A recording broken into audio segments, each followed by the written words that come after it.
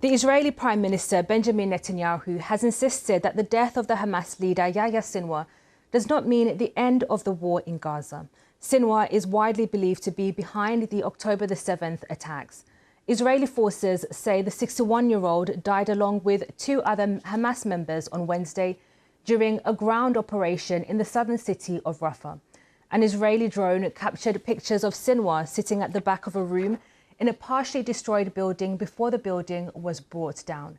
The IDF then carried out DNA testing to confirm his identity.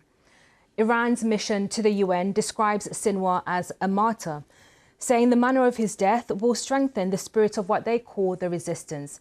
The Hamas leader's body is in Tel Aviv, where people have been celebrating on the streets, as I heard from our Middle East correspondent, Yolande Neal. I mean, what it's going to do is really sort of strengthen Mr. Netanyahu, particularly in the polls at this point.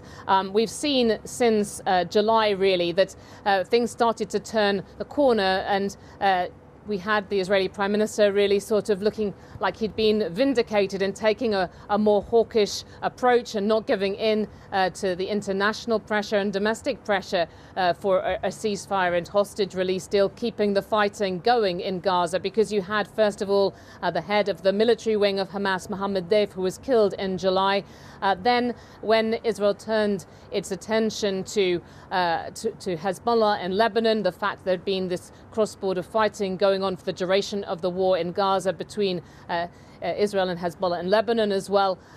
Still, we had kind of a quick series of what were seen by Israel as being military successes, including the assassination of the longtime Hezbollah leader. Now, on top of that, you know, the main scalp that Israel really wanted, that of Yahya Sinwar in Gaza. But, you know, this is going to be a time where a lot of attention comes to what happens next in terms of post-war plans for Gaza, and it really sort of underlines how there isn't a clear plan for what happens next, apart from a continuing Israeli military occupation there. And, you know, it's clear that Israel still has not achieved its main war goals. It says it wants to make sure that it defeats Hamas in terms of its political and military capabilities. It still remains something of a fighting force. We expect that Yahya Sinwar will be replaced as leader, just as his predecessor, who was killed at the end of July, Ismail Haniyeh, was replaced by him as overall leader of Hamas. So, you know, where do things go from here? Yolande Neal in Jerusalem there. Well, our security correspondent, Frank Gardner, says any hopes of a ceasefire are no closer after the death of Yahya Sinwar. Benjamin Netanyahu, who went against much of public opinion and certainly against the advice of the Americans in defying calls for a ceasefire, which would have probably brought the hostages home. He has pressed on, and they feel they've got an advantage at the moment. Much now depends on what Iran does, and the signals coming out of Iran are pretty defiant. There doesn't appear to be much appetite on either side for any kind of a ceasefire, because I think, you know, you have to ask yourself certain questions here. Does the death of Yahya Sinwar, does that make it easier to bring a ceasefire?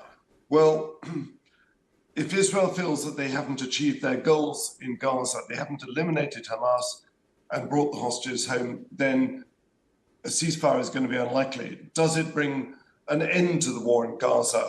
Not immediately, no, which is very depressing for those people who survived a year of onslaught there in Gaza, and also desperately depressing for the hostage families who are still demonstrating. There are placards up in Tel Aviv saying, now end the Sinwar, making a pun out of Yahya Sinwar's name and the Sin War, you know, WAR.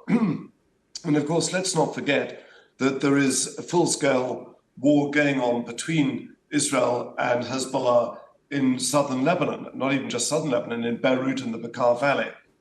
That's not going to end either immediately, because Hezbollah is still firing rockets into Israel.